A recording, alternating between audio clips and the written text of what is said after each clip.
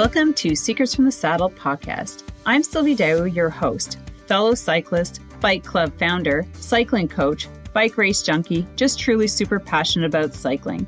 My journey with cycling started 20 years ago when I opened a spin studio, started a women's race team, and founded a women's only cycling club called Cycle Fit Chicks. I'm super thrilled to reveal all aspects that make the world of cycling operate.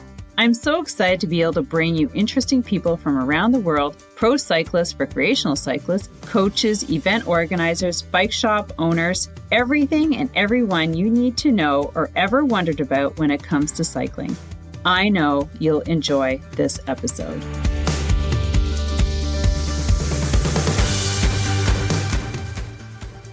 Have you recently got into cycling and wondering, what should I eat while I'm out for a ride to sustain energy?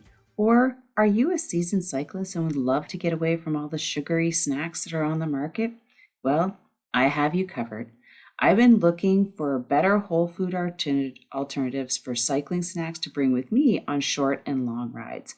I've been researching and trying different recipes, especially for the best, yummiest, and easiest snacks you can create at home. Download my first edition of Cycling Snacks today at www.askcoachsylvie.ca. Tested and kid approved. Now enjoy the episode. Good morning, gang. Sylvie here of Secrets from the Saddle, All Things Cycling Podcast, your host. And I'm coming to you Thursday morning after a hill repeat training session. And the reason why I'm coming here today, because I don't know if you caught my episodes last year. I think I did every one of my Friday coaching sessions from my car after my hill training session. And they were just brought out the most inspiring stuff. So go check those out from last year.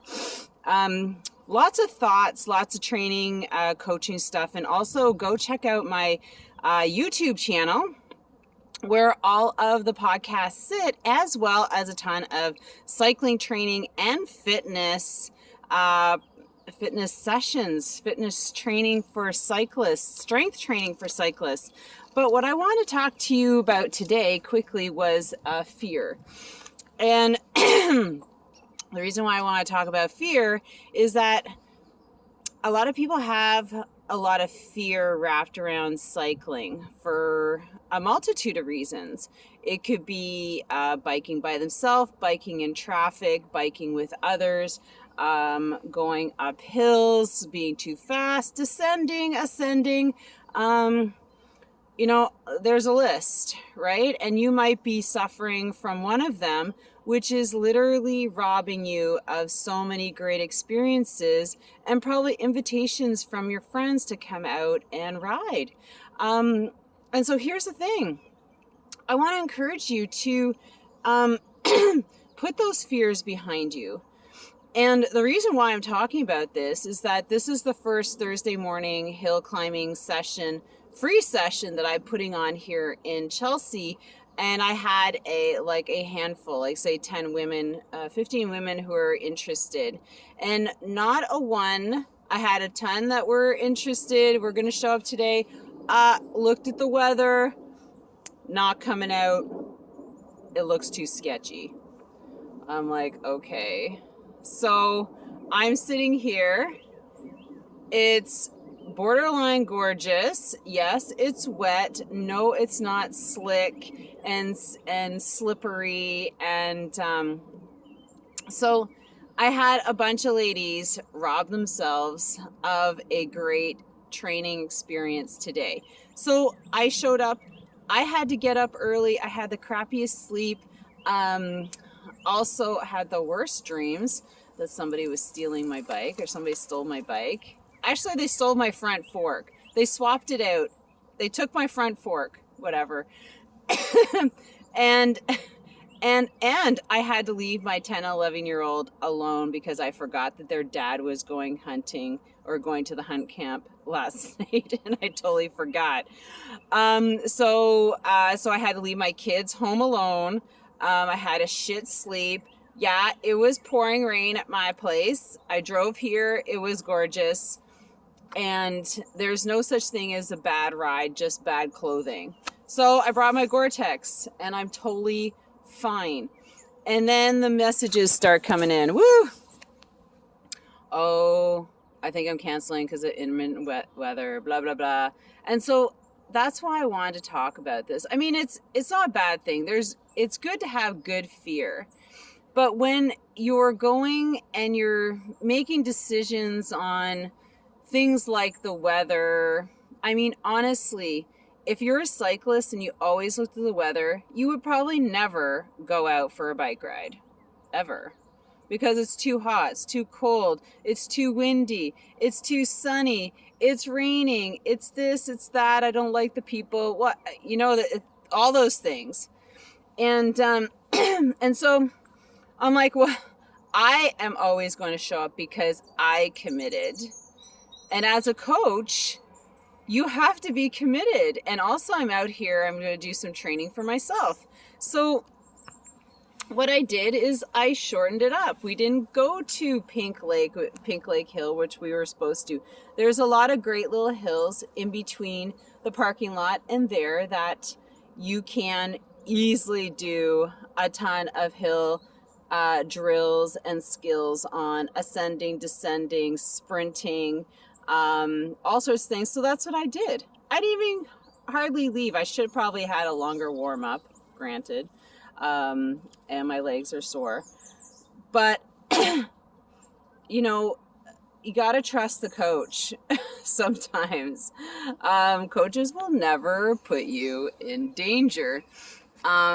So I feel bad that a bunch of ladies just made that decision. And here's the other thing: a couple might have came, but a couple said, oh my God, I'm not coming.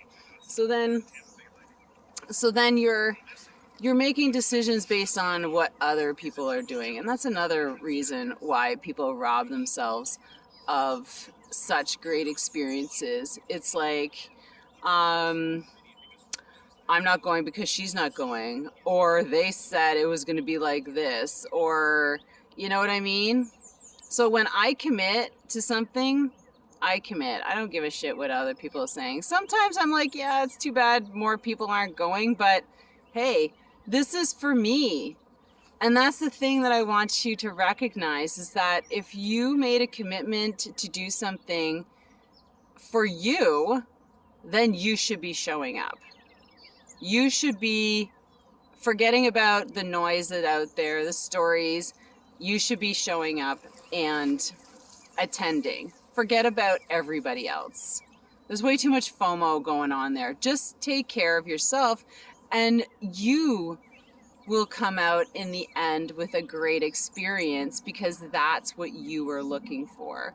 If you base all your decisions on what everybody else is doing, then you are going to luck out. You're going to lose out. You're going to, wait another year, wait another week. I'll go next week. Oh my God, something came up. So, you know what I mean? You just got to commit. This is free coaching. I charge $100 an hour for one-on-one coaching. This is free. And there's times like this where I love to serve and help and share my knowledge. But then again, I'm like, no, this needs to be paid. Maybe if you pay, you will show up. But there's a lot of people who pay and never show up. I hate that. I don't know why you waste your money, but I'll take it. I feel bad for you, but I'll take it. So anyways, I just want to share that with you. Don't let fear rob you of experiences. Yeah, I'm on the bike path. See, and always smile at people, especially in the morning. It was like having a crappy day before I need to go get coffee. So with that, everyone, I want you to think about some of the things that you put on the back burner because you were afraid. You were afraid, or you let that person that person who doesn't give a shit about what you're doing stop you or make you or influence your decision to do something, right? Don't let people make these decisions for you.